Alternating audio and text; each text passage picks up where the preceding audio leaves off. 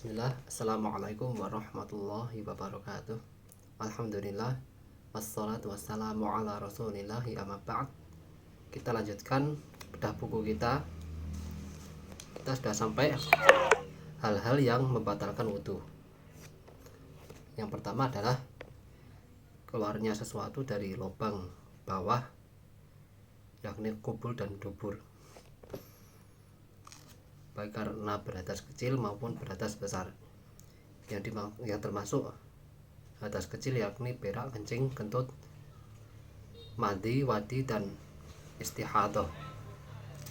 Istihadah adalah darah yang keluar dari wanita secara terus-menerus di luar waktu kelaziman darah haid dan nifas. Biasanya warnanya kuning-kuningan, dingin, cair, dan yang pasti bukan darah haid. Menurut jumhur ulama, bahwa wanita yang istihadah berdasarkan riwayat Bukhari wajib berwudu untuk setiap kali salat dan tidak wajib mandi kecuali cukup sekali saja, yakni ketika haidnya berhenti. Tetapi sebelum berwudu ia harus mencuci lebih dahulu pada daerah istihadah sampai bersih. Sumber fikih sunnah Sayyid Sabiq. Yang pertama, keluarnya sesuatu dari dua lubang, yaitu dari dua pintu, yaitu kubul dan dubur. Dan yang kedua, tidur nyenyak dalam keadaan berbaring. Bila dalam keadaan duduk tidak mengapa, maka hal ini pernah diceritakan oleh sahabat Anas bin Malik. Kana ashabu Rasulillah sallallahu alaihi wasallam yantaziruna al-isya al-akhirah hatta takhniqu ru'usuhum summa yusallun walam yatawaddu'un summa yusallun wala yatawaddu'un. Suatu ketika para sahabat Rasulullah sallallahu alaihi wasallam menunggu waktu salat isya yang akhir hingga terkantuk-kantuk. Kemudian mereka salat dan tidak mengulangi wudhu lagi. Kemudian ketiga, menyentuh kemaluan tanpa alas, tanpa pembatas.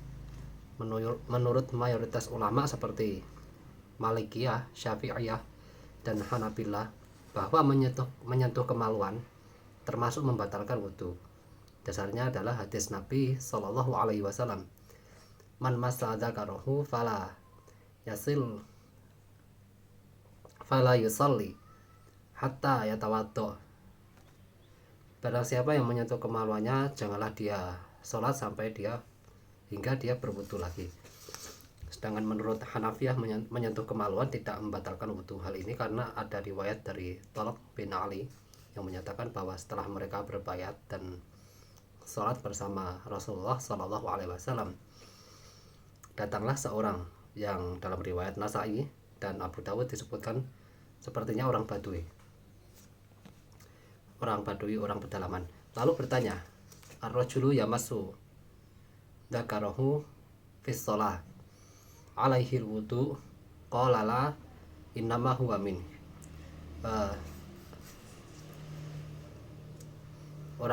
Seorang lelaki yang menyentuh kemaluannya dalam sholat, apakah dia wajib berwudu? Jawabannya tidak, karena itu adalah anggota badanmu.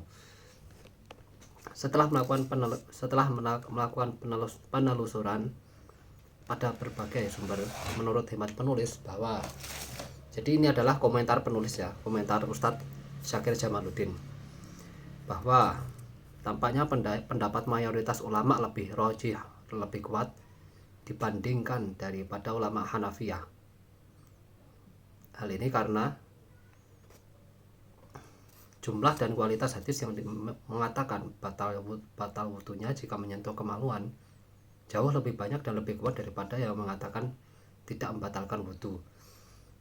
Yang kedua, poin kedua, sangat mungkin Nabi Shallallahu Alaihi Wasallam menjawab pertanyaan orang yang menurut dugaan Thalq bin Ali sepertinya orang Badui, karena Nabi tidak ingin orang-orang yang baru selesai berbayat, khususnya pada orang Badui yang terkenal keluguan dan kekerasan hatinya.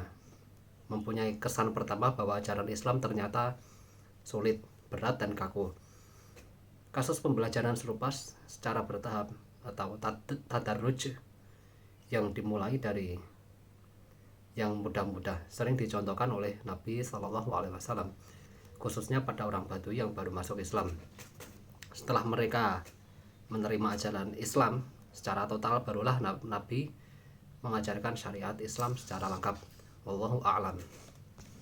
Jadi ini komentar penulis ya. Komentar penulis bahwa penulis ini condong pada pendapat bahwa menyentuh kemaluan itu membatalkan wudhu. Nomor 4, hilangnya akal seperti gila, pingsan, atau mabuk. Bersentuhan. Nomor 5, bersentuhan antara pria dan wanita yang bukan mahramnya.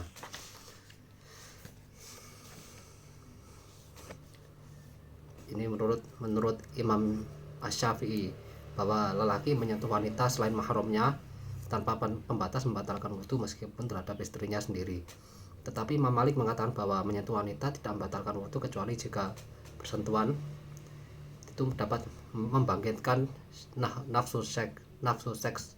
Sementara itu Ibnu Abbas radhiyallahu anhuma mengatakan bahwa la masa dengan memanjangkan lam, bersentuhan secara bahasa berarti bersetubuh.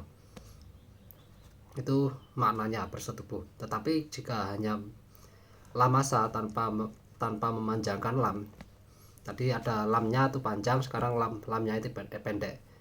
Lamasa berarti menyentuh. Pendapat ini dipegangi oleh ulama Hanafiyah dan kalangan Muhammadiyah yang mengartikan lamasa dengan arti bersetubuh. Ini pendapat yang terpilih oleh ahli bahasa. Jadi poin yang nomor 5 ini penulis mencantumkan bahwa menyentuh perempuan ini jadi sebenarnya bukan termasuk ya, karena di sini penulis yang tentunya Muhammadiyah, orang Muhammadiyah yang tentunya pasti membela pendapat Muhammadiyah, karena Muhammadiyah berpendapat mengikuti pendapat yang menganggap bahwa tidak batal wudhu karena bersentuhan dengan istri atau perempuan yang bukan mahramnya. Jadi yang dimaksud bersentuhan dalam surat Al-Maidah aula mastumun nisa itu adalah bersetubuh.